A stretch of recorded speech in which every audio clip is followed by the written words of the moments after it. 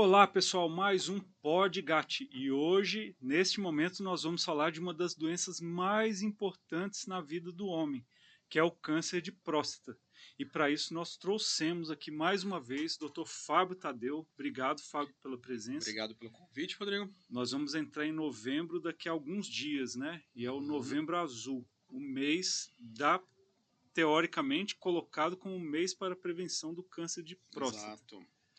Novembro está chegando, né? E como a gente sabe, já tem alguns anos que é o mês de alerta, né? Um mês dedicado a lembrar a população masculina que o câncer de próstata existe, ele tem tratamento e da importância da prevenção, né? Dos exames de detecção precoce, do diagnóstico mais cedo e de não deixar isso aí evoluir. Porque a gente sabe que o câncer, conforme vai passando o tempo, vai ficando cada vez mais difícil de tratar, né?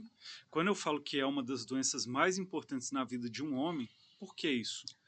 São as taxas a de... mais importante porque é o câncer mais prevalente nos homens, né? Se você tirar os cânceres de pele da conta, que é o mais comum, né, por conta da exposição solar, o câncer de próstata é o mais prevalente. Né? Então, em números absolutos, você tem um grande número de homens a partir dos 50 anos que vão desenvolver câncer de próstata. Né? A gente fala de uma prevalência de 30% até 40% dos homens tendo câncer de próstata, né, em algum momento da vida. E a semelhança da hiperplasia de próstata é uma doença que é relacionada com o envelhecimento. Então, se a gente pegar a população lá de 90 anos, 95% dessas pessoas vão ter câncer de próstata. Muitas vezes são cânceres indolentes, que não vão causar problema, mas ele tá ali. Se eles vivessem mais 30, 40 anos, ia dar algum tipo de problema. Essa é a magnitude da questão.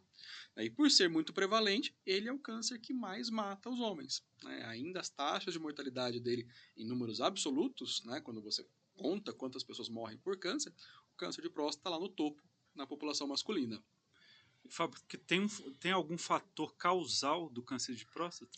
Algum hábito Câncer que de possa próstata, piorar a gente isso? não tem nenhum fator externo muito evidente. Né? Tem algumas teorias, alguns estudos que tentam relacionar com obesidade, tabagismo, mas isso tem um impacto muito pequeno. O principal fator de risco para o câncer de próstata é basicamente seu histórico familiar. Se você tem algum parente que teve câncer de próstata, você tem um risco muito maior de desenvolver esse câncer. Quer dizer que você vai ter obrigatoriamente, meu pai teve câncer de próstata, eu estou condenado a ter um câncer de próstata? Não, não quer dizer isso. Não é que 100% das vezes você vai ter essa transmissão genética, mas você tem um risco aumentado. Isso a gente está falando de 6, 8 vezes mais do que aquelas pessoas que não têm parentes com câncer. Né? A gente sabe que a população afrodescendente, os pacientes que são negros, têm um risco um pouco maior, em torno de 1,5 até 3 vezes mais do que a população não negra. Então, são esses dois fatores que são importantes para a gente considerar. O que muda isso? Na verdade, a gente vai tomar mais cuidado mais cedo. Ao invés de esperar os 50 anos para começar a fazer os exames de prevenção, a gente vai puxar isso aqui para 45 anos. Né? Então, esses fatores de risco a gente vai começar mais cedo. Basicamente, isso Então, que se eu muda na tenho vida. histórico familiar, eu sou afrodescendente, eu antecipo um pouquinho. Antecipa um pouquinho. Exatamente. E tem algum sinal e sintoma? Eu tenho 50 anos. Eu vou começar a fazer os exames a partir de agora. Isso. Se eu tiver algum sinal e sintoma antes disso, o que pode isso? Na verdade, o câncer de próstata ele não dá sinal, não dá sintoma. Ele é uma doença silenciosa. Os sinais e sintomas da próstata são muito mais relacionados à hiperplasia, que são aquelas alterações miccionais, jato fraco, eventualmente sangramento, acordar à noite para urinar, do que com o próprio câncer em si. O câncer é uma doença quieta, que ele vai se manifestar diretamente só em estágios mais avançados, quando ele já tem metástase. Então, aquele paciente que nunca fez avaliação, chega lá com 65 anos com uma dor no quadril inexplicável. Aí você vai fazer o exame de toque, a próstata já está dura, colhe o PSA, esse PSA já está muito alta, aí você vai ver que já tem metástase óssea do câncer de próstata. Tá? Por isso da importância dos exames preventivos. Não esperar ter sintoma. Bateu 45 anos, bateu 50 anos, começa a procurar o urologista, faça os seus exames que você vai ter um diagnóstico muito mais precoce caso essa doença venha a ocorrer. E o que significa diagnóstico precoce e como ele vai interferir na evolução da doença? O diagnóstico precoce é você tentar identificar essa doença no menor grau de agressividade possível. Não existe nada que a gente possa fazer que vá prevenir, né? A gente não tem como dar um remédio e falar assim, ó, tomando tal remédio eu não tenho mais chance de ter câncer de próstata. Não é esse o objetivo dos exames, é você fazer o diagnóstico cedo. Então, se eu estou lá com 50 anos, eu fiz o meu PSA, fiz o exame de toque, tive alguma suspeita, fiz o diagnóstico através de uma biópsia, provavelmente esse tumor está bem no comecinho, ele é muito pequeno, as células estão se replicando ainda de uma maneira mais lenta, então esse é o melhor momento da gente tratar, porque a gente fazendo um tratamento, a gente consegue chegar na cura dessa doença em quase 100%. A gente está falando uma coisa em torno de 95 a 98% de controle completo da doença, nesses estágios. Diferente, se eu pego uma doença já mais avançada, metastática, eu não posso nem falar mais em cura. Eu vou controlar a doença, vou trazer conforto para o paciente, controlar as metástases, mas assim, a cura já é virtualmente zero, né? Então essa é a diferença entre um diagnóstico precoce e um diagnóstico tardio.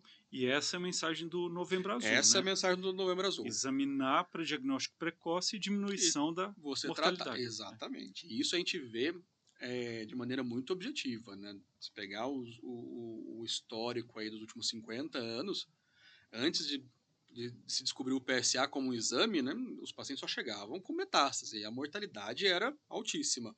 Hoje, a mortalidade de câncer de próstata é uma coisa mais controlada, né? Você consegue ter um controle melhor. E eu ouço muito ainda, Fábio, esse estigma, né, de o toque, a minha masculinidade, né? Ainda tem esse conceito arcaico, né? Sim, sim. E posso fazer só o PSA, não quero fazer o toque. O PSA sozinho ele não é o exame recomendado isoladamente, né? A gente sabe que tem algumas situações que o PSA é suficiente. Se eu tenho um valor muito baixo num paciente que não tem histórico familiar, eu posso usar o PSA como um bom parâmetro. Mas a associação do PSA e do toque retal é sempre melhor do que quando você vai fazer um dos dois exames sozinhos. O contrário também é verdadeiro. Só fazer o toque não adianta muito. Você tem que ter o PSA. Hoje a gente tem disponível, até certa medida, a ressonância magnética, que é um exame bastante sensível para alterações. Então, às vezes, o paciente não quer fazer de jeito nenhum o toque, tem acesso à ressonância magnética, a gente pode, bastante aspas aqui, substituir o toque por um exame de ressonância, né? A gente pensa num exame muito mais caro, Muito difícil, mais caro, demorado. que boa parte da população não vai ter acesso. Exato, Né? você vai ter que perder lá uma tarde. Então, o toque é um exame indolor, que demora 5 segundos para fazer, não afeta a masculinidade de forma alguma, não vai trazer nenhum tipo de transtorno para nada, para falar a verdade. Isso é uma coisa que, graças a Deus, está mudando, né? Vira uma brincadeira só. Faz as piadinhas lá, mas não tem nada disso, né? E a gente vê que quanto mais informação a gente traz para a população, menos preconceito vai permanecendo, né? A gente vê que os homens procuram para fazer o exame, vários perguntam, vim fazer o exame toque. Não vou sair daqui se não fizer. Vem com essa preocupação, isso é importante, né? Isso é importante no ambiente familiar de cada um, para você passar essa informação. Fui fazer o exame, e aí? Que foi? Nada demais, fui lá, examinou, acabou, né? Eu brinco também com os pacientes, gente, a mulher faz o exame ginecológico desde que menstruou a primeira vez, com 12, 13 anos. Coloca o espéculo, muito mais invasivo, muito mais constrangedor, e ela vai lá certinho, desde pequenininha, desde nova, e é o motivo de que elas vivem mais que a gente, né? Elas se cuidam mais. Então a gente tem que empatar esse jogo. Há um ano, numa dessas campanhas do Novembro Azul, veio aqui um amigo meu, pessoal, e ele teve CA de próstata, câncer de próstata, PSA normal, no toque pegaram com 48 anos. Então aí é um exemplo claro. Operou, tá bem agora. E hoje o tratamento já evoluiu muito, né? Antigamente a cirurgia era uma cirurgia de grande porte, tinha sangramento, né? Você tinha muitas sequelas. E hoje não, né? Com o passar do tempo a gente também vai evoluindo, tanto tecnicamente quanto tecnologicamente, né?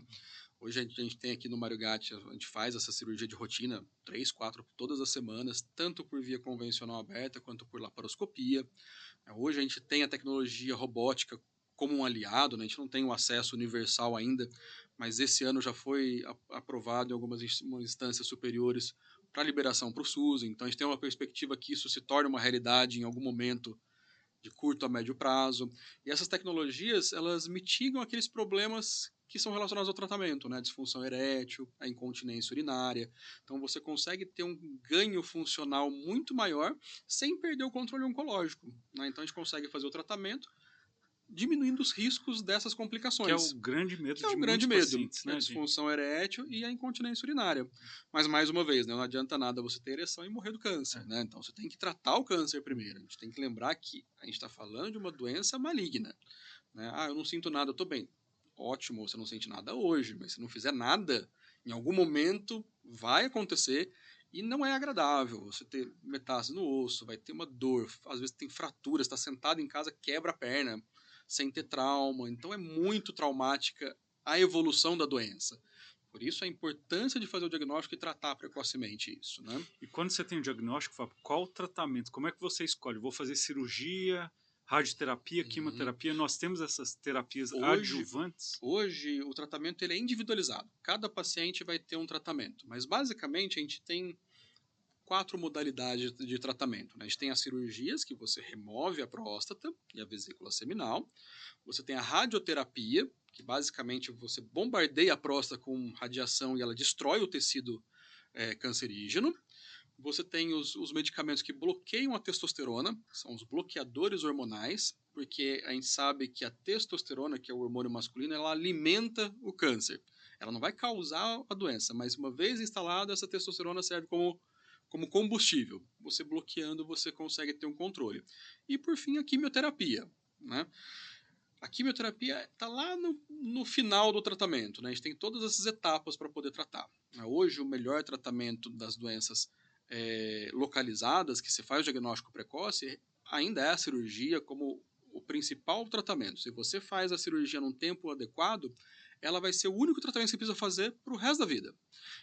Não foi suficiente, eu posso lançar a mão da radioterapia, usar o bloqueador hormonal, eventualmente fazer quimioterapia. A gente tem uma infinidade de tratamentos. O câncer de próstata talvez seja a doença maligna que tenha mais possibilidade de tratamento do que existe hoje. Então a gente consegue, mesmo pacientes graves, carregar esse paciente com uma qualidade de vida boa por anos, assim, sem ter nenhum tipo de descontrole da doença. Obviamente, cada caso é um caso. A gente tem casos muito graves, mas a maioria evolui muito bem, mesmo em situações que você tem metástase. A gente tem opções para tratar. Ô, Fábio, hoje em dia no mundo fitness a gente vê muito essa terapia de reposição hormonal em pacientes que muitas vezes têm níveis de testosterona Uhum. normais. Essa prática pode, além do Essa, câncer de próstata, gerar outras esse é um grande possibilidades de problema que a gente tumores? enfrenta hoje, né? Não só tumores, né? Quando você faz abuso de testosterona, né? Quando você não está fazendo uma reposição, quando seus níveis de testosterona vão muito para cima dos aceitáveis, você aumenta o risco de alguns tumores, mas o engraçado é que não é o de próstata, você aumenta o risco de tumores de testículo, tumores hepáticos, né, e principalmente eventos trombovasculares. Você aumenta muito o risco de trombose, e a trombose pode levar a AVC, a infarto. Você tem hipertrofia cardíaca, então não é incomum pessoas que abusam de testosterona terem um infarto fulminante, né, jovens que a gente vê morrendo. Você vê pacientes que eram saudáveis, pessoas que eram saudáveis, de repente caem mortas assim sem explicação, por conta do abuso de testosterona. Então, a terapia hormonal ela não é para ser feita como recreação. A gente sabe que existe, que é um problema. Né? Do ano passado para cá, o CFM, o CRM vem tentando mitigar, tentando causar algum tipo de restrição para essas prescrições de hormônio, mas isso é um problema sério, a gente tem que tratar de maneira séria. E imagina o paciente que não tem o diagnóstico de câncer de próstata, mas tem o câncer de próstata, você vai dar Fazendo testosterona, você só vai acelerar essa progressão, alimentar o tumor. alimentar o tumor, né? Jogar gasolina no incêndio.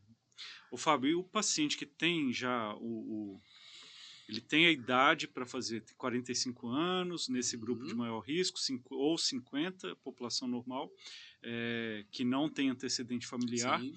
Como é que ele faz para dar o primeiro passo do exame de toque e coleta Uhum. do PSA? Primeiro passo no sistema público, né, é sempre procurar a unidade básica. A unidade básica de saúde, lá do seu bairro, você vai lá, agenda uma consulta que vai ser feita com o médico que trabalha nessa unidade e ele vai fazer essa avaliação inicial, solicitar o seu PSA, eventualmente até fazer o exame de toque e encaminhar para algum serviço de referência.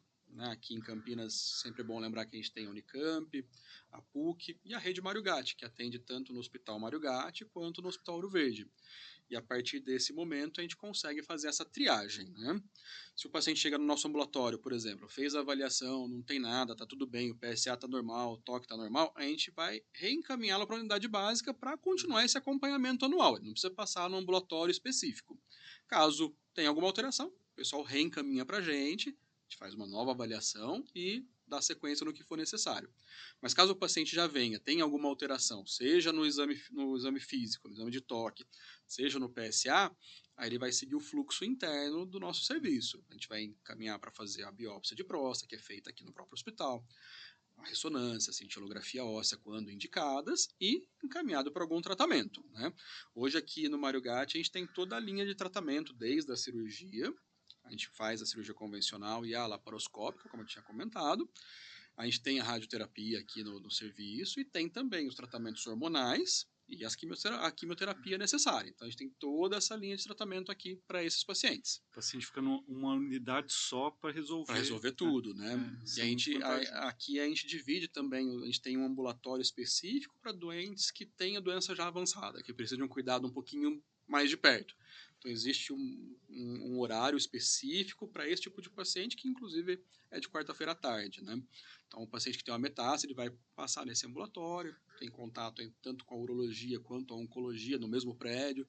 Se precisar de alguma coisa, a gente consegue agilizar o tratamento, né?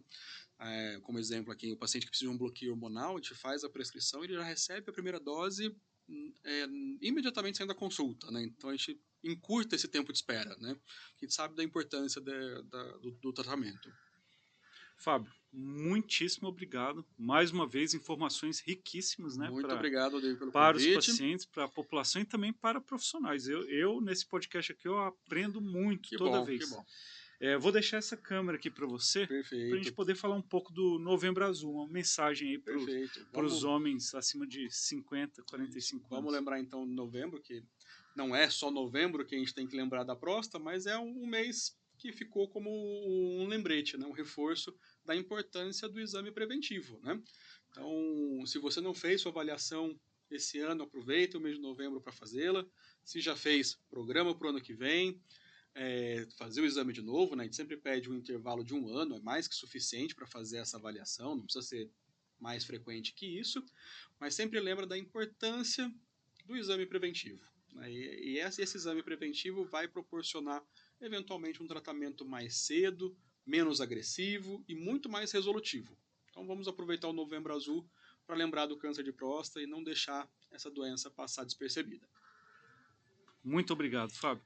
Obrigado, Rodrigo. Pessoal, mais uma vez, peço a vocês que compartilhem esse vídeo para que essa informação chegue naquelas pessoas que precisam, que são os homens acima de 50 anos e que muitas vezes não vão realmente procurar o exame médico, tem pouco acesso a exames de saúde, né? Isso é muito frequente na nossa população. E, se possível, deixe seu like e até o próximo Pod Gatti. Tchau!